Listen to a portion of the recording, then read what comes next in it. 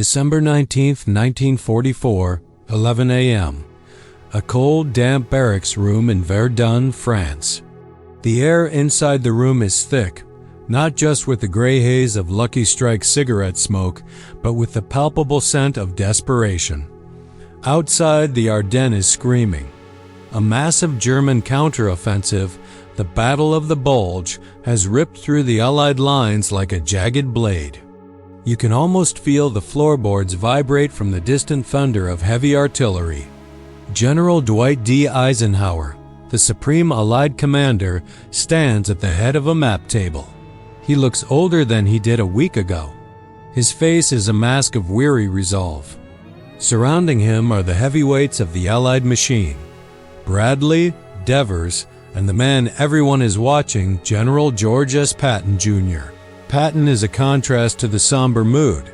He sits with his ivory-handled revolvers glinting under the dim light, his boots polished to a mirror sheen despite the knee-deep mud outside. To Patton, this isn't a disaster. It's an opportunity. He has spent his life waiting for a moment where the enemy is out in the open so he can cut their damn throats. Eisenhower points a steady finger at the map, specifically at the vital crossroads of Bastogne. The situation is critical, Ike says, his voice low and gravelly. We must hit them in the flank. George, I want you to turn your Third Army north. Can you do it? The room goes silent. This isn't a standard request. Eisenhower is asking for a logistical miracle. Patton's Third Army is currently facing east, fully engaged in a bloody offensive in the Saar. Ike is ordering a 90-degree pivot of an entire army, hundreds of thousands of men and tons of steel in the middle of a blizzard across icy, narrow roads. Patton doesn't hesitate. He doesn't consult his staff. He looks Ike dead in the eye and says, I can attack with 3 divisions by the morning of the 21st. The room exhales a collective gasp of disbelief. It's December 19th. Patton is promising to move his entire force over 100 miles and launch a full-scale assault in less than 48 hours. Eisenhower's brow furrows. He thinks Patton is grandstanding. Don't be fatuous, George, Ike snaps. If you try to do this too early, you'll arrive in driblets. But Patton's jaw is set. He isn't boasting. He's vibrating with a terrifying singular purpose. He knows something the other generals don't. He has already begun the movement before the order was even given. But as Eisenhower presses him on the risks, Patton's reaction shifts from professional confidence to a flash of the raw, unbridled aggression that made him both a hero and a liability. What Patton says next will not only shock the room, but will redefine the trajectory of the war in the West. Patton leans forward, the light catching the gold stars on his shoulders. The skepticism in the room is a physical weight, but he thrives on it. Ike, he says, his voice taking on that high-pitched, rasping edge that always signaled he was ready for blood. I'm not being fatuous. I've already put the wheels in motion. The tension in the barracks snaps. Eisenhower stares at him, realizing that while the rest of the Allied command was still reeling from the shock of the German breakthrough, Patton had already been playing 3 moves ahead. He hadn't waited for the formal command. He had sensed the shift in the wind and prepared his staff for the unthinkable pivot days ago. But this isn't just about logistics, it's about the soul of the Third Army. Outside, the weather is a nightmare. A general's winter. The clouds are so low and thick that the Allied air superiority is neutralized. The P-47 Thunderbolts are grounded, leaving the infantry to face the Tiger tanks without a guardian in the sky. To move an entire army in these conditions is a recipe for a traffic jam of historic proportions. One stalled truck, one icy bridge collapse, and the Third Army becomes a sitting duck for the Luftwaffe should the sun dare to peek through. Visual, cutting to the mud-caked wheels of a CCKW 2.5-ton truck sliding on a frozen French road. I'll be ready, Patton repeats, because my men are trained to move, and I am trained to lead them. It was a display of supreme arrogance, the kind that made Eisenhower's stomach churn. Yet, Ike had no choice. He needed a mad dog to bite back at the German salient. He gave the nod, formalizing the order. But as Patton stood to leave, the frustration he had been harboring for months, the feeling of being held back by cautious men and political generals boiled over. He leaned over to his chief of staff, General Hopgay, loud enough for those nearby to hear. His comment wasn't about the glory of the mission. It was a biting critique of the very leadership that had just saved the Allied line from total collapse. Patton believed that if he had been given the fuel and the freedom months ago, this German counteroffensive would have never happened. He viewed the current crisis not as a tragedy, but as a direct result of timid leadership. To Patton, the order to save Bastogne wasn't a rescue mission.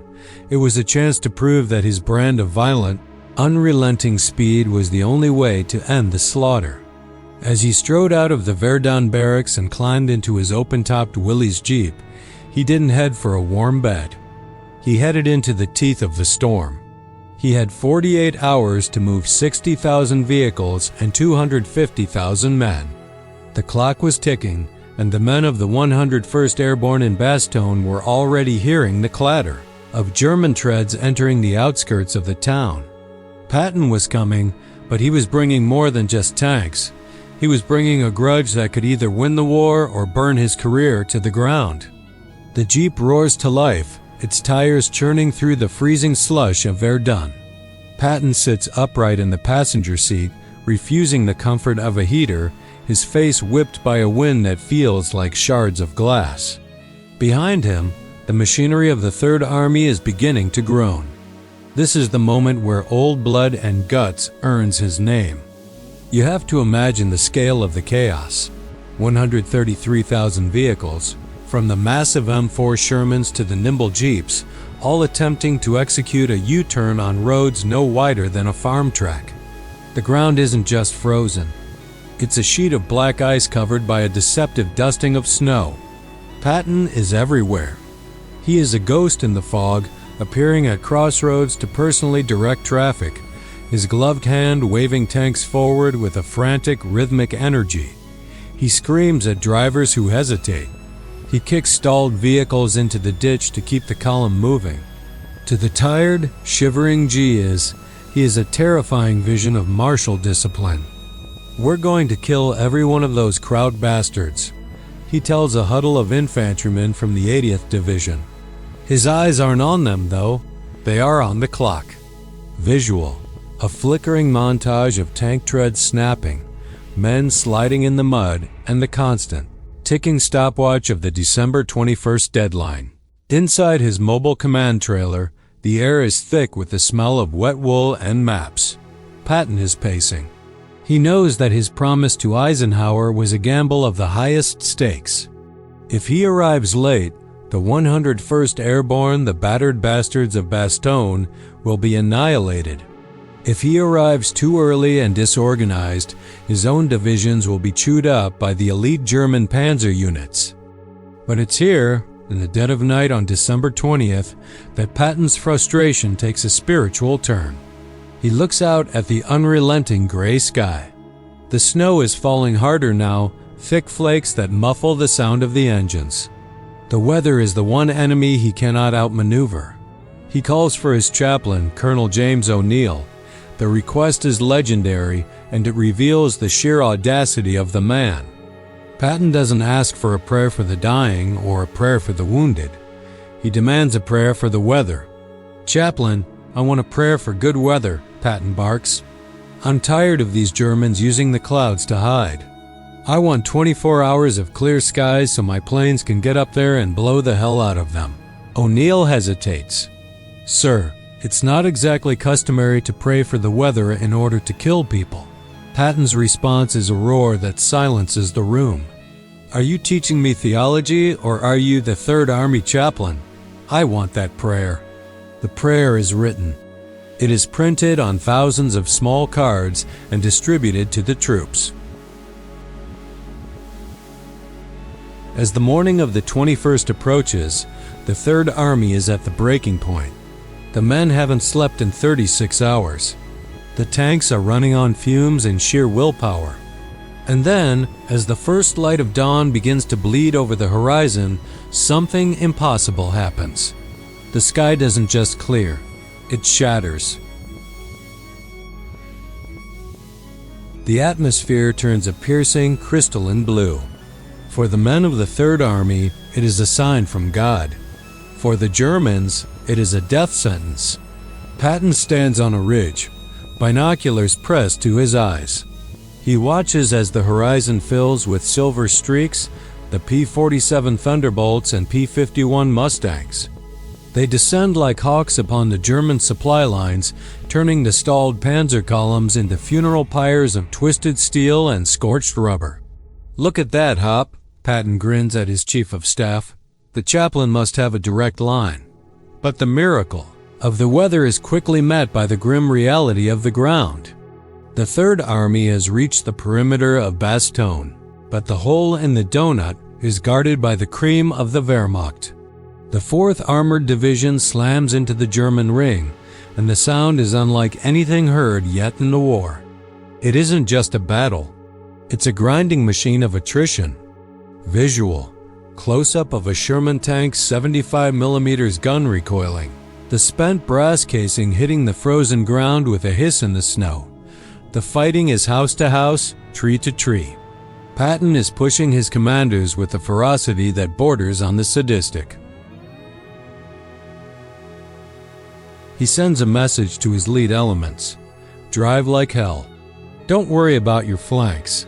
Let the enemy worry about them.